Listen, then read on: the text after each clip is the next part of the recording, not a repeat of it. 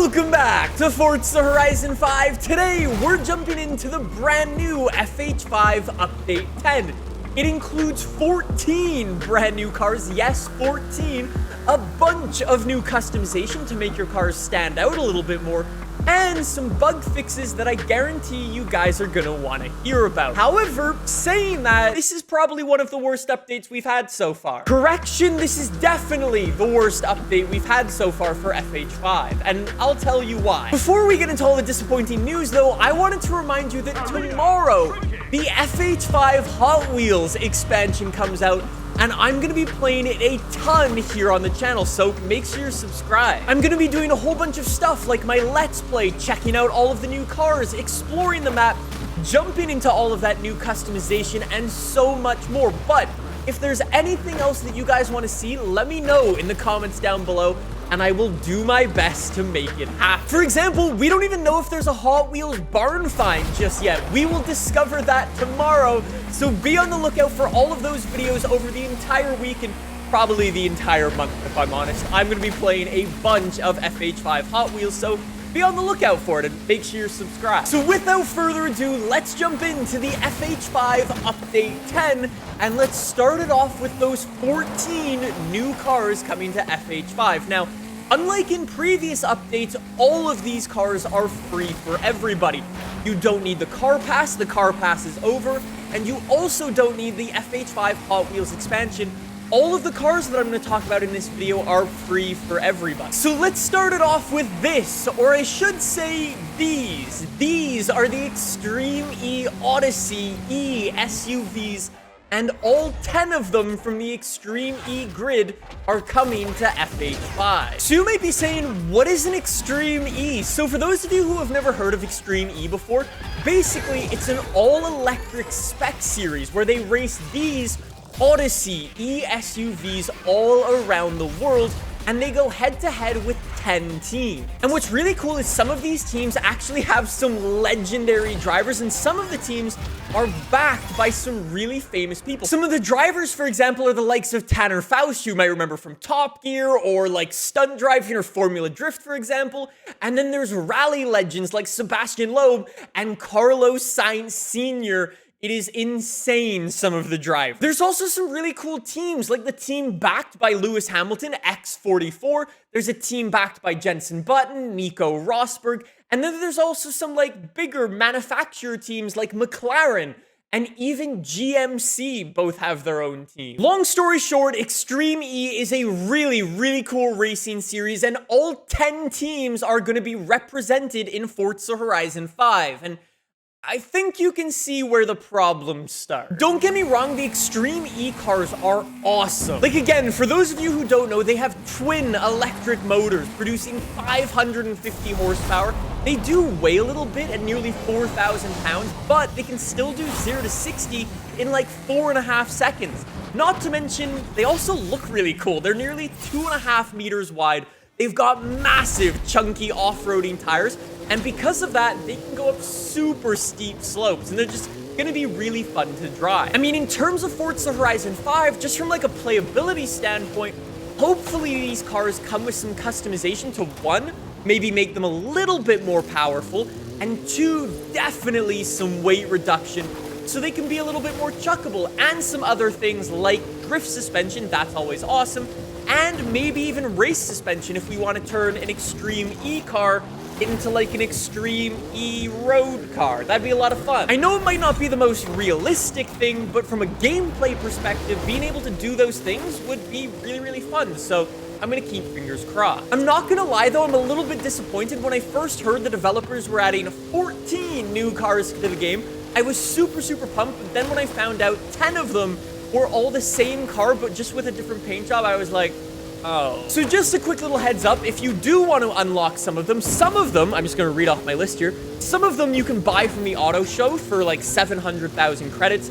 Some of them you're going to need to earn points in the festival playlist for. Some of them you're gonna have to do like special events, like a PR stunt or a drift zone or so on. And there's a whole bunch of ways for you to actually unlock these cars, which is just kind of cool. There's absolutely nothing wrong with the Extreme E car itself. Like, it should be really, really fun to drive. I can't wait to give it a go and unlock it and see what it's got. But I don't know if anybody else would have agreed. Wouldn't it have just been better to give us one version of the car and then allow us to just choose the paint job that we want? I feel like that would have been a little bit better. Anyways, you might be saying, Nick, what's the problem with this update? Like, the Extreme E car is going to be really fun. Yes. You know what's not fun? Copy pasting. Let's jump into the festival playlist this month and talk about all of the cars that you can unlock, starting with this. The 1971 Porsche 917, the Pink Pig, is returning for FH5.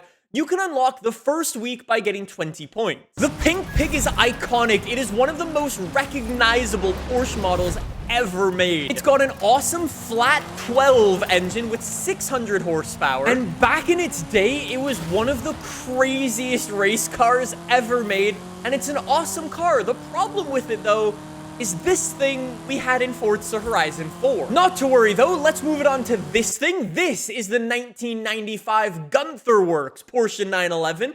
And you can unlock this by getting 20 points in the autumn season. Oh wait, this was also in FH4. Not to worry, not to worry. Let's move on. We can only improve from here. In the winter season, by getting 20 points, you can unlock this. This is the 1965 Porsche 356 built by Emery. Oh yeah, that was also in FH4. Yeah. Okay, moving on. The final car that you can unlock in the festival playlist this month in the spring by getting 20 points is this, the 1990 Singer 911. And if you guessed it, also from FH4. Yep, it's a great month. My emotional support animal has jumped into action because of how poor this month is. So if you're at home doing the math, yes, that is one new car for Forza Horizon 5 and 13 copy-paste jobs.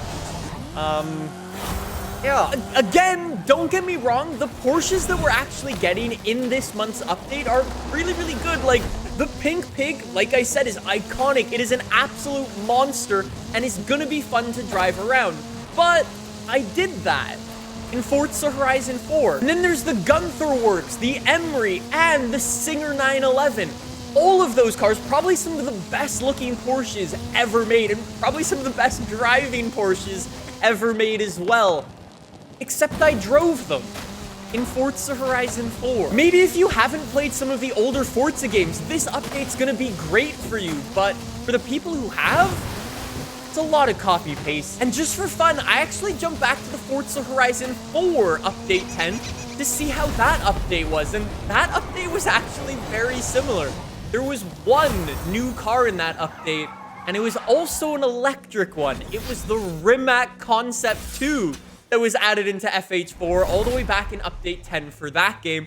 And then 3 of the cars were copy-pasted from older Forza games. So, I mean, maybe it's just a trend that Update 10s are kind of Anyways, though, so those are the 14 new cars coming to FH5. That's not all, though, in this update. Like I said, there is some new FH5 customization. For example, yes, the developers confirmed today that there are 12 new Spectre Flame color options coming to FH5, which should be pretty cool. I'm really excited to see what they look like in a whole bunch of different environments. The developers also said there is a new Metal Flake painting option, so that should be kind of cool as well to mess around with. And last but not least for the customization, yes, the developers also confirmed that the Hot Wheels race tire compound from Forza Horizon 3 is also returning. Hello. And yes, last but not least, there are also some bug fixes coming to FH5 in Update 10. Most notably, there is a physics update coming to fix some of the issues that arose in Update 9. As some of you might have noticed, as you were driving around, usually in top-heavy vehicles,